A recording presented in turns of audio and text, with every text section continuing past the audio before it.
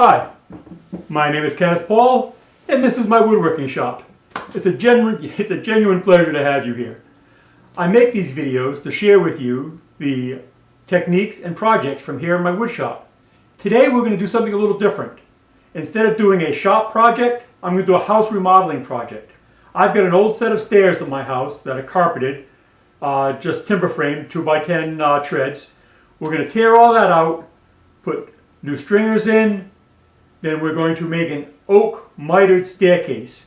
That is, all of the risers are going to be mitered into the skirt board.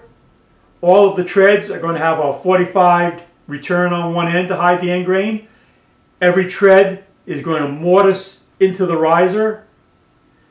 We're going to cut the proper angle on the railing starter easing into the handrail. I'm going to show you how to drill the right angle for the spindles.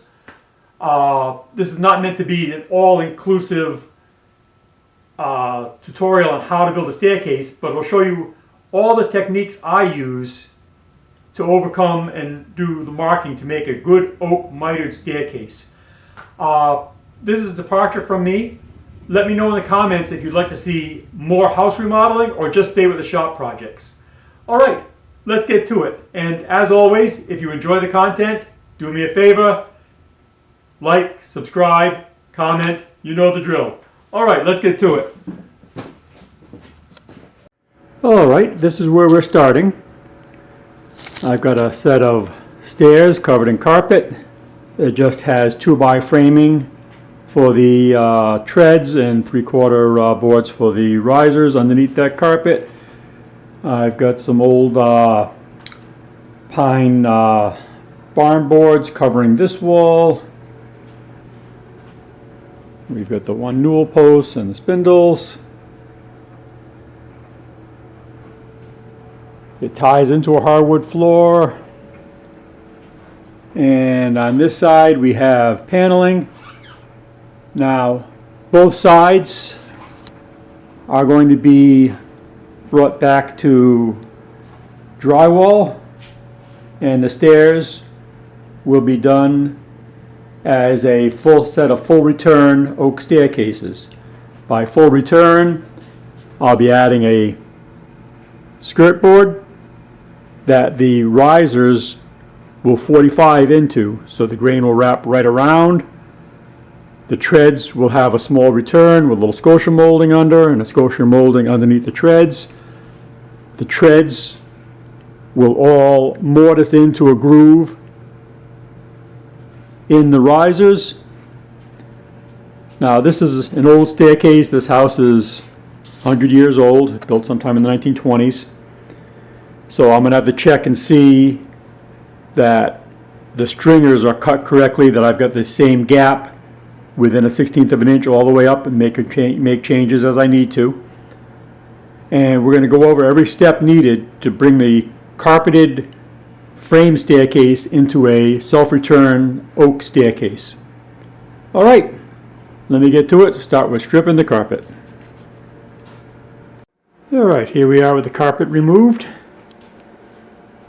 And you can see we just have standard 2x10 treads, which is generally what you'll see on a carpeted stair.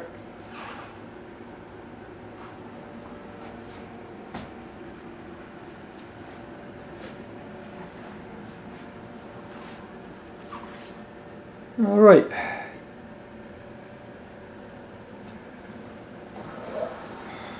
Now it's time to remove the paneling from one side, the barn board from the other, re-sheetrock, so I have smooth surfaces to go on, because I need that sheetrock on to be able to put the skirt boards on to be able to get the final sizes for my treads and risers. And first now I've got to check and see that all my risers are the same height, and if not, I have to make arrangements to do whatever shimming is necessary to make them all the same height. Alright, let me get to it. Alright, I've stripped off the boards off this wall, and you can see what I've got is some old 3/8 sheetrock And then I've got behind that the old Latin horsehair plaster. Then they had some spacers that the boards were nailed up against. I'm going to put some 3/8 filler material here, and I'm going to recap that wall with 3/8 sheetrock. I've started peeling the paneling off this side. And I'm going to do the same thing. I'm going to cap this wall with a fresh layer of 3/8 sheetrock. And what that's going to do is give me my finished width dimensions so I can put my skirt boards on, and then I'll be able to figure out the width of my risers, because the risers are going to self-return into those skirt boards, which I will show you. Now, the problem I have, this is a steep staircase. This house is 100 years old. They built this staircase 8.5-inch risers. Traditionally, you want to have something in that 7 5/8 range to be a comfortable stair. There's not much I can do about that in this house. The first stair is 6.5, so 7 5/8 will be a finished riser on the bottom. All the rest will be 8.5, and then the top one will be 9 strong. Obviously, I can't have that. You're only allowed a 1/16 of an inch variation between stairs. So basically, I'm going to have to make new stringers. I'm going to leave the existing stringers in place, and I'm going to screw new stringers right onto the side of them. See, now there's only 2 stringers on these stairs, one on each side. By screwing a new one on the side of each one, that'll bring them a little closer together, and I'll be happier about that. So the thing to do now is to make the 2 new stringers, which will have a rise of just under 8 7/8 and a tread of 7 7/8 cut into the stringer. That's an awfully steep staircase, but that's what I have here. I get 3 staircases stacked one over the other in this house. The basement staircase, this second floor staircase, and then another staircase up into the attic. There's no nice way for me to rebuild this staircase. If I were to come out an extra tread, I wouldn't have the headroom. I barely have enough headroom as it is if I were to come out one more tread. So this is my house. I'll live with the 8 7/8 riser more than I would like, but I don't use the upstairs very much, and I'm not rebuilding the whole house. Okay, if this was a customer's home and I had to meet code and I was going from scratch, the building inspector might make me find an alternate solution, which I could open this wall up, back it up a little bit, give myself a return here, but I'm not sure I would have the headroom here to be able to do it, so I might have to put a knee on the upstairs, put a box on the upstairs wall to create more headroom if this was a customer's home. If I were to cut further into the upstairs hallway to make it longer, I would lose my headroom on the basement stair, which is already low headroom and very steep. So again, there's no nice solution here without doing major destruction. And if this was a client's home, I would have to discuss that with them. But this is my home, and I'm going to live with the 8 7/8 riser, which is way higher than I would like. Like I said, 7 5/8 is where you want to be, 7.5, 7 5/8. But again, in these old homes, this is the way they built them. They built these really steep staircases. And I'm just remodeling. I'm not starting from scratch here. All right, let me show you how I'm laying out the stringers. All right, you can see here I've started laying out my treads and risers on this piece of 2x12. How I'm doing that is I've got a framing square. I've got my framing square clips on. One clip set at the tread, which is 7 7/8. Let me see what my total width was. My total width from the top of from the top riser to the bottom riser is 86 5/8 inches. When I divide that by the 11 treads I have, that gives me 7 7/8 inches. So that's where I've got my tread. Now for the rise, I've got a total height from finished floor on the bottom to finished floor on top of 106 1/4 inches. When I divide that by the 12 risers I'm going to have, I end up with 8.85, which is 8.75 is 7/8 of an inch. So it ends up being just a little bit more than a 32nd of an inch shy of 8 7/8. So that's what I've got the framing square set at. And I just work my way along until I have all 11 treads marked out. I then cut them out with a skill saw and finish the corners with a handsaw. Now when you're marking these out, what you've got to remember is the very bottom, the very first tread, all these other treads and risers, I'm going to have a 1 3/16 tread here. I'm going to have another 1 3/16 tread here. On the first one, I'm not going to have a 1 3/16 tread on the bottom, only on top. So the riser on the first riser ends up being the thickness of the tread less, which in this case is 1 3/16. All right, let me finish marking this out. I'll show you cutting, and then we'll get these installed. All right, I'm getting ready to make the last couple of cuts with the skill saw. Then I'll use the hand saw to cut out the triangles.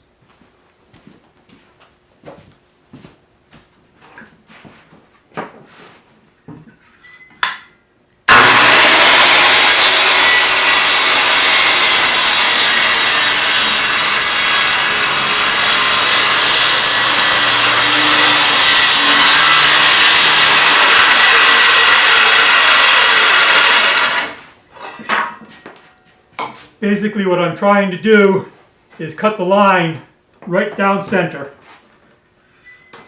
The better job you do marking out, the better job you do cutting, the easier your life will be later.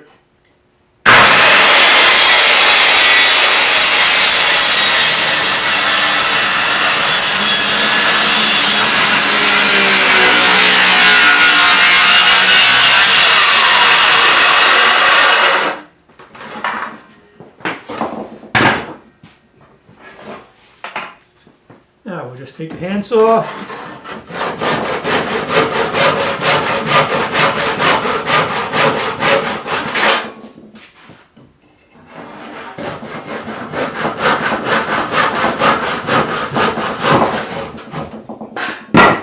and we'll just continue that right down the line.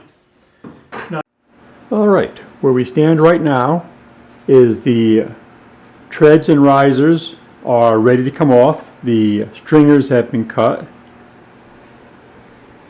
I've stripped the paneling off of this wall. You can see that there's a particle board behind the paneling. I'm just going to screw my new sheetrock right onto that particle board. The wall's been stripped on this side.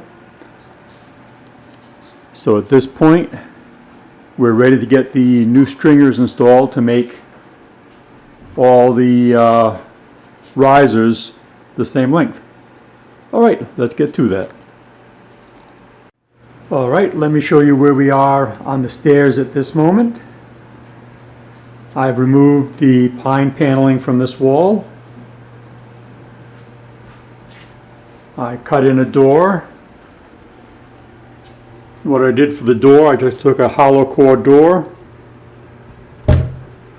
I mounted it with spring-loaded self-closing hinges and put a magnetic closer on it. I moved the light switch to the other side of the wall because I wanted that door to be unobtrusive. Added an outlet. I've got my skirt boards temporarily screwed in place. And you can see what I did. I just used cardboard templates to get my angles.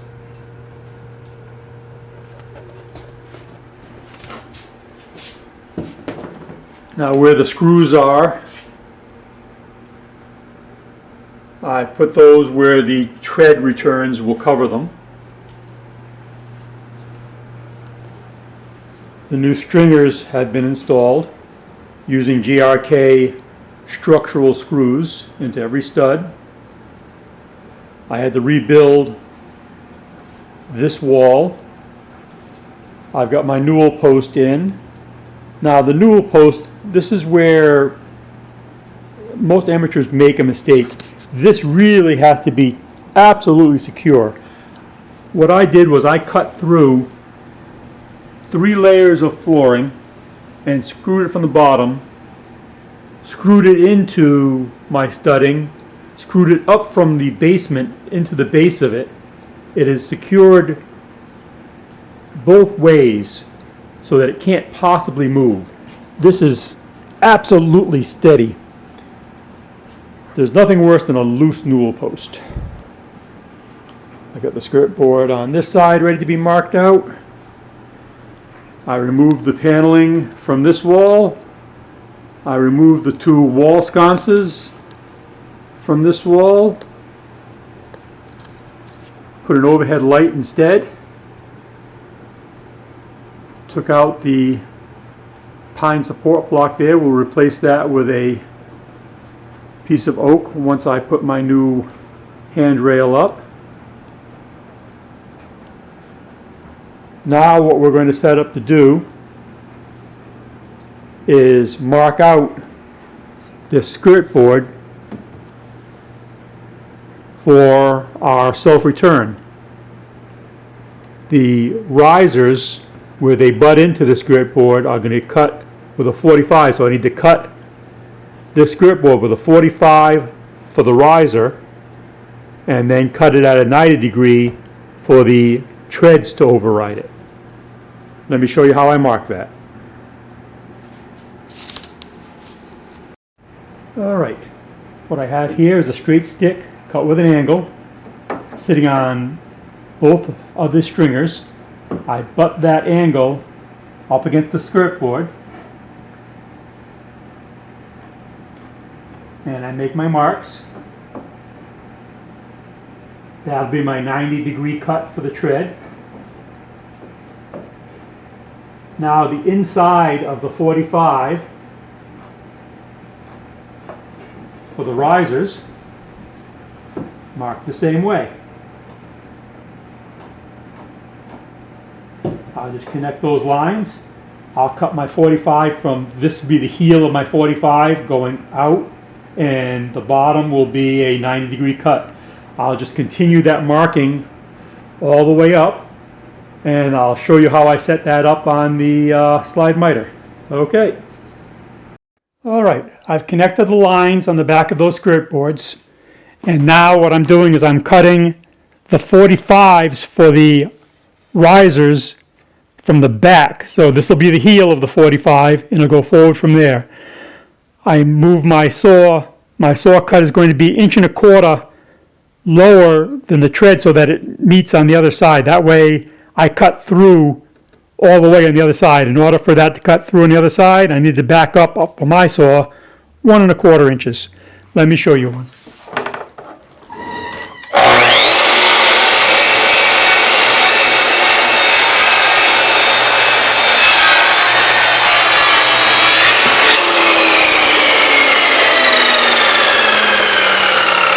There.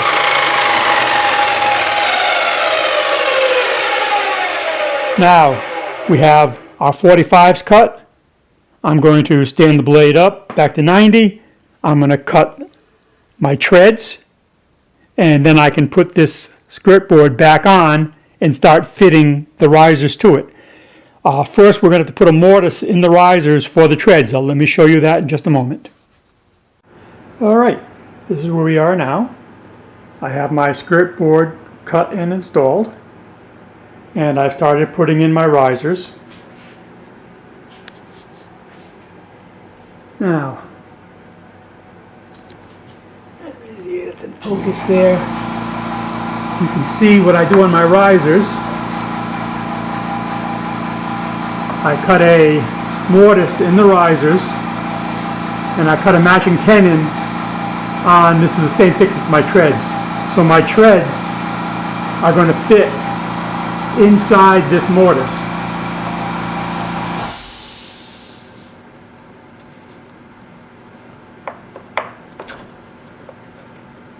Now what that does, first it locks the two of these together.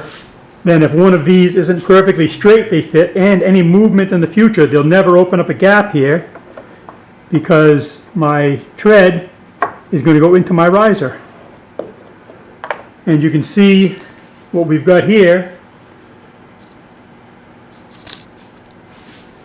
I've got my skirt board 45'd and my risers 45'd, so you get this nice no end grain joint.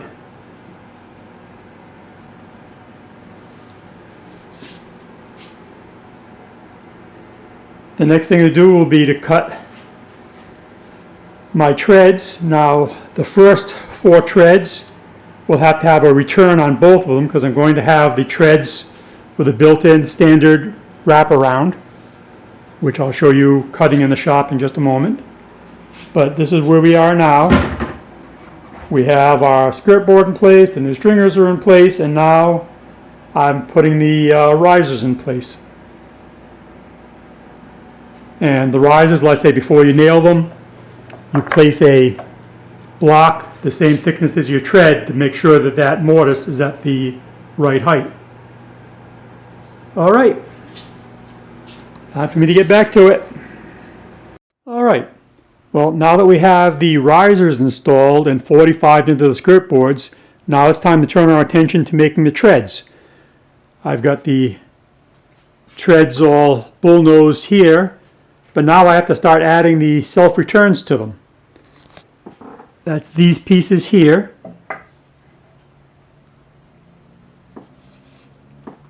And that allows the edge of this self-return to ride onto the skirt board. And again, stops you from seeing any end grain and gives you a nice 45 corner effect. You can see here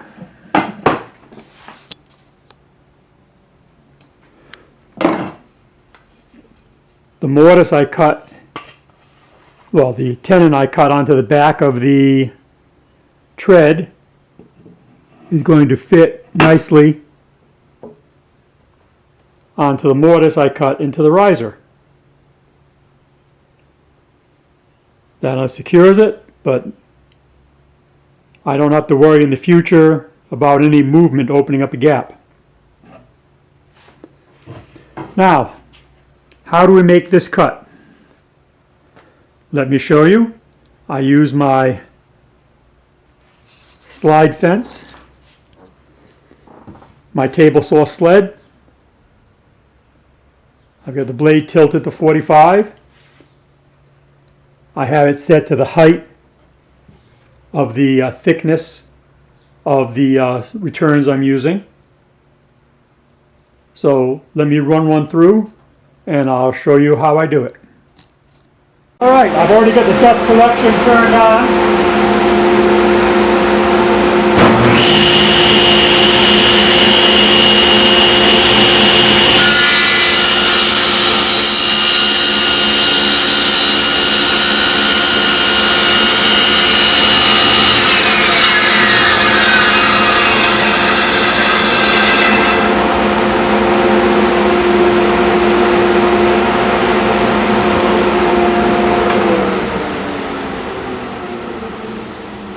Alright, that gives us our 45 cut. Now over to the slide miter and we'll cut the straight cut.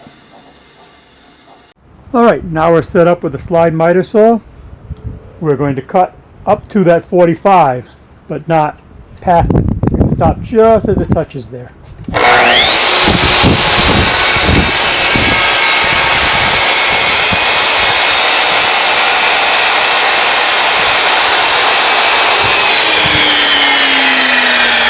Alright, now we're going to go finish that cut off with a handsaw. Let me show you.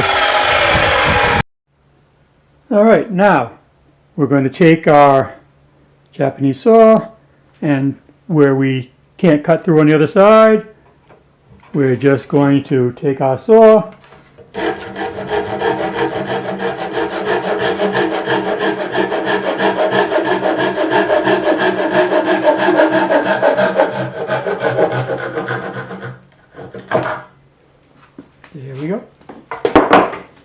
let me set up. We're going to clean that up with a chisel. All right, now we just have some very minor cleanup to do here.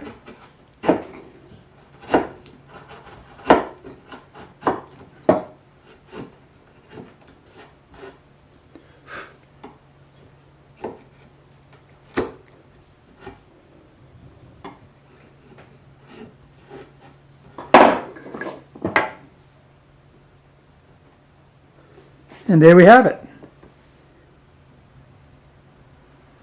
This is how you do your self-returns on your stair treads. Alright, let me show you real quick how I bullnose these on the router table, and then we'll get busy. Alright, I've already got the dust collector going. This is our self-return piece. First, I like to do the ends first. I need to round over these two ends, and I'm going to do that. On my router, you have to make sure you put a backer block while you're passing it so you don't get tear out. Let me show you.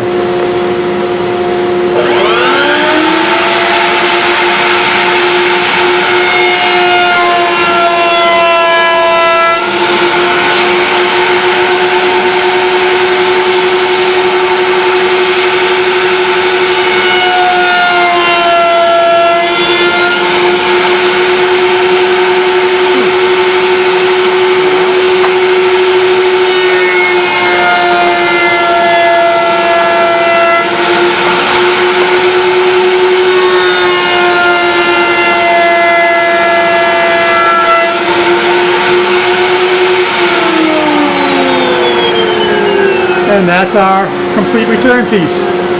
Next, we have to biscuit these into the tread. Let me show you.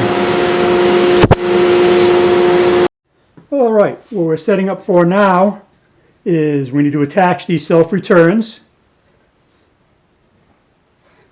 And what I'm using to attach them, I'm using two number 20 biscuits. Let me cut one in for you. Basically, I just hold my return in place, make two pencil marks.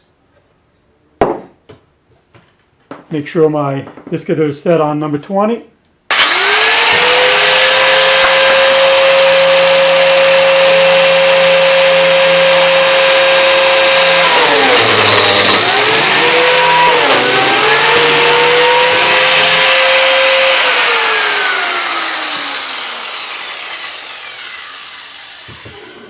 Okay, give that a try.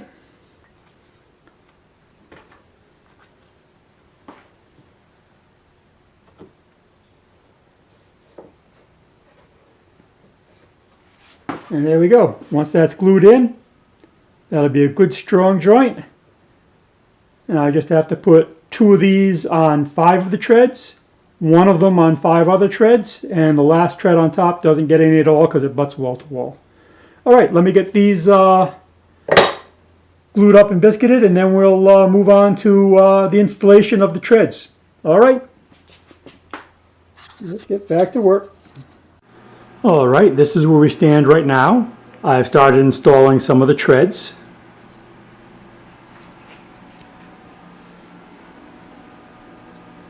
Let's see if we're in focus here. Okay.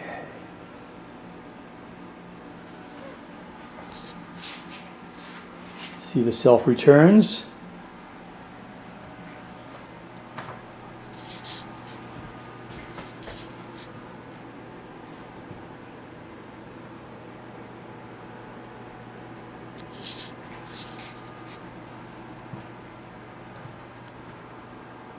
Okay, let me set the camera up and I'll install one of the stairs for you, one of the treads, and you can see how I do it.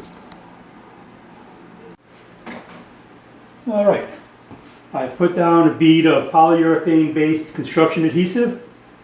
Inside the bottom of the mortise on the riser, I put a little bit of Type Bond Type 2. Now,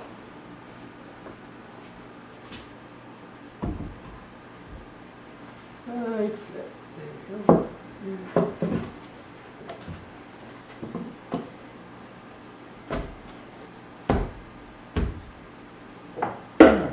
Make sure she's driven all the way in.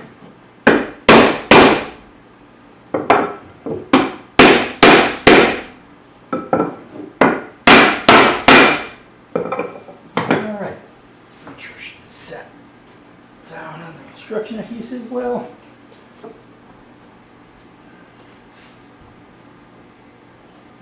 Alright, we put a couple of 8-penny finish nails.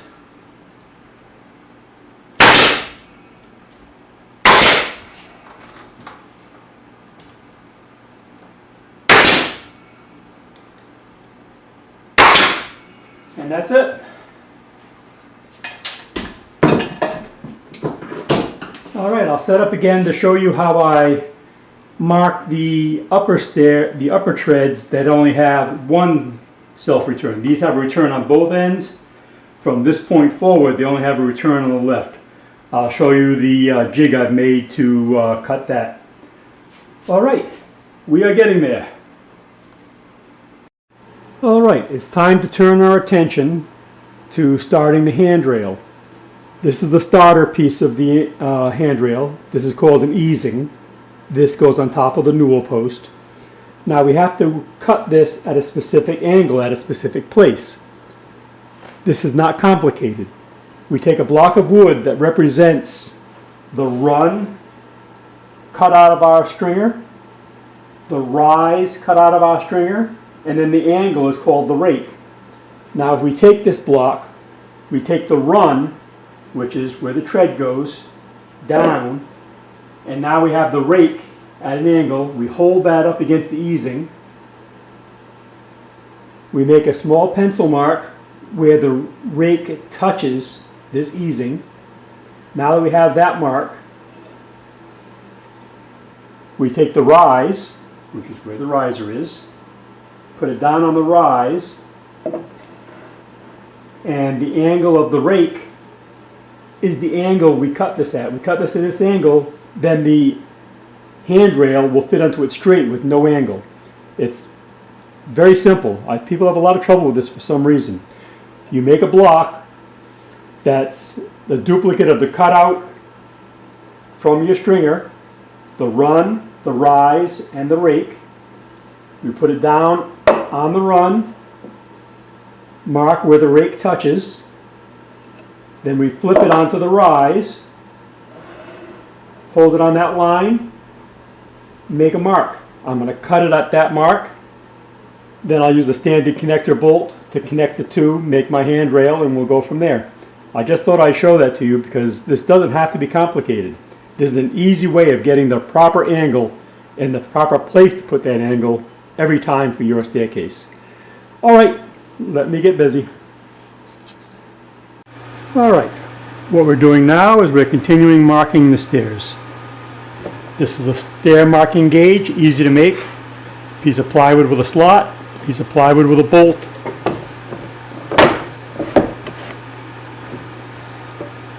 Put one even here, tighten up. Put one even on this end. Tighten up. All right. Now,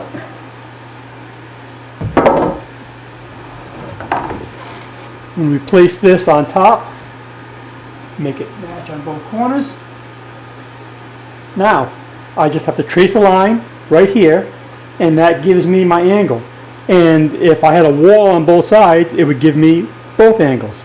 This is the easiest way to set the length on your stair treads. I also used it on the risers to get the angle on the skirt board. Easy to make and very straightforward to use. Alright, I'm going to keep putting on my treads, and then we're going to move back over to the railing, which I've pre-finished and I'm ready to install, and I'll show you how I set up a jig to drill the angled holes for the spindles. Alright, let's get to it. Alright, what we need to make now for the stairs is the little scotia molding that goes underneath the treads. Now I'm just making a little cove molding, 5/8 by 5/8, very simple to make. I mean, you can buy scotia molding, but it's so easy to make, you might as well make your own. I milled up some old flooring boards at 5/8.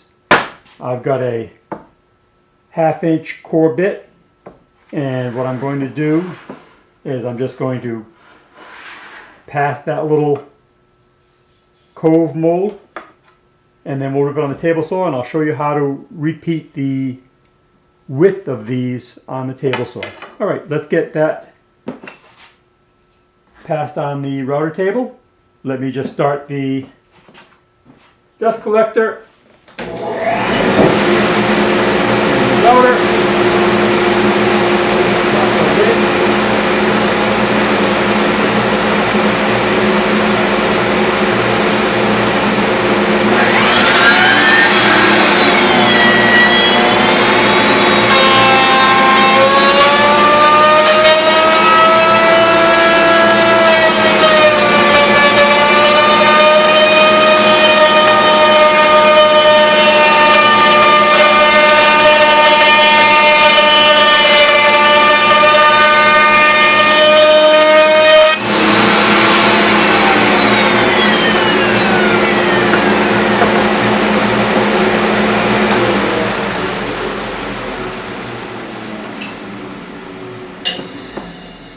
Alright, you can see what we have here is the cove.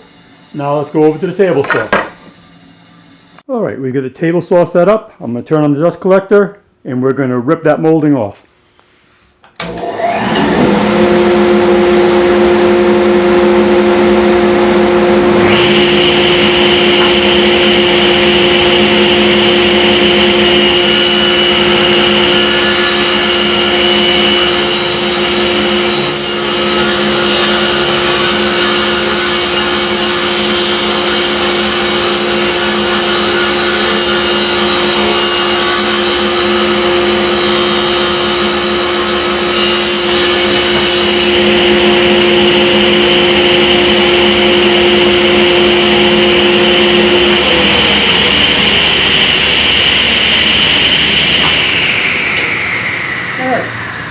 We now have our molding. Now, the reason I'm cutting and moving the fence every time is so that I don't end up with this little piece stuck between the blade and the fence. You're always going to get burn marks on it. Now we have this board. Before we rip a molding in it again, before we rip that cove, all we do is we take our fence. We have a little stop block put here. I got it clamped down and I've got a magnetic holder to make sure this doesn't push.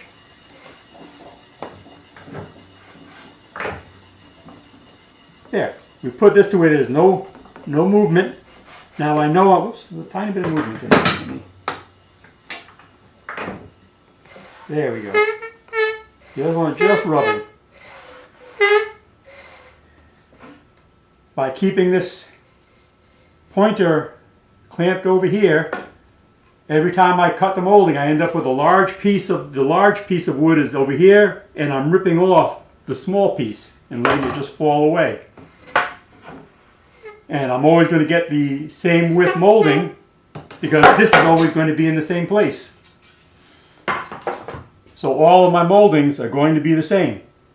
And I'll show you in a moment when I set up in the house. After I get these all cut up, I'll sand them, urethane them, and then we'll install them, and that'll be the last piece of molding on the stairs. All right, let's get to it.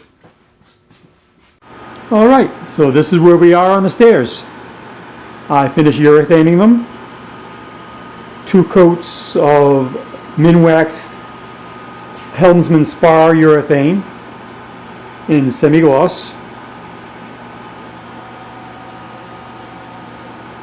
I put on a coat, I thin it about 20%, let that dry, sand it, wash it in alcohol, tack cloth it, and then apply the next coat. We'll cut about 10% to make it brushable.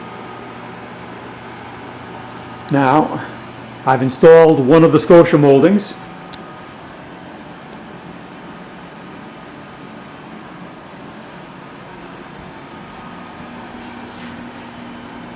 You can see where the scotia molding on the end here.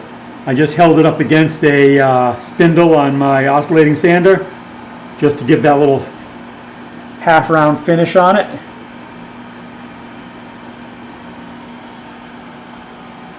You can see my railings up.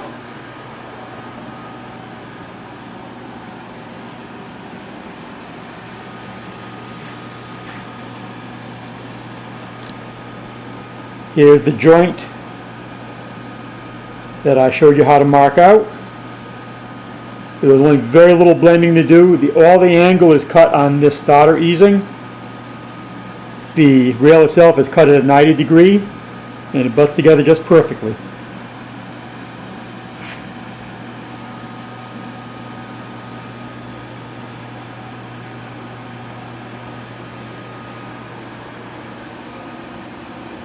Alright, let me set up. I'll show you how I drilled the angled holes for the spindles. The base all have a dowel that goes into a hole that's drilled after I figured out the spacing. The spacing on these stairs ended up being 3 and 15/16 center to center. Now, as far as the layout for the stairs, there's a few ways you can do this. When the stair is this steep, what I tend to do is march the spindles up 2 by 2. A pair, then a pair, then a pair. If the stair was less steep than this one, I would have cut them so that the angle from the top of this to the top of this was all the same angle as the stair. But to do that on this steeper stair would be like a 1/2 inch square on the bottom here and the full height square here. It doesn't look right. So in this case, I find it best aesthetically to march them up in pairs, a pair, a pair, a pair. Alright, let me set up and I'm going to show you how to mark and drill the angled hole on top.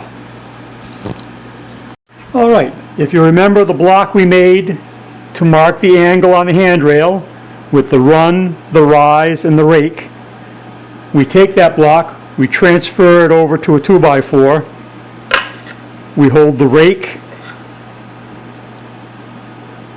Whoops, wrong way. I want the rake and the run. I want the rake, and then I cut the angle for the run. Then we drill a hole 90 degrees from the run. This gets clamped into place wherever I marked out my spindles, and we drill through the hole as a guide to keep the drill bit at the right angle for the spindles. So this is the rake, this is the run. We drill a hole 90 degrees from the run, and that'll be the right angle to drill for your spindles every time.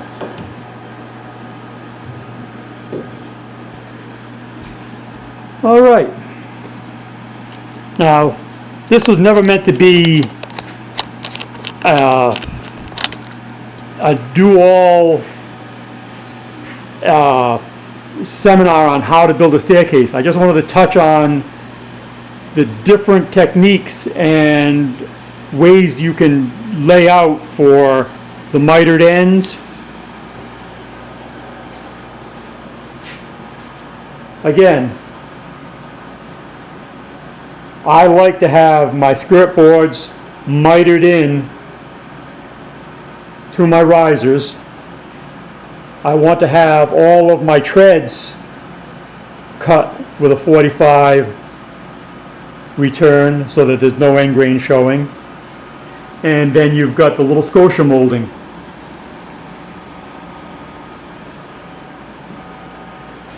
Makes for an attractive set of stairs. And again, no shake at all. The sign of a good job is always a solid newel post.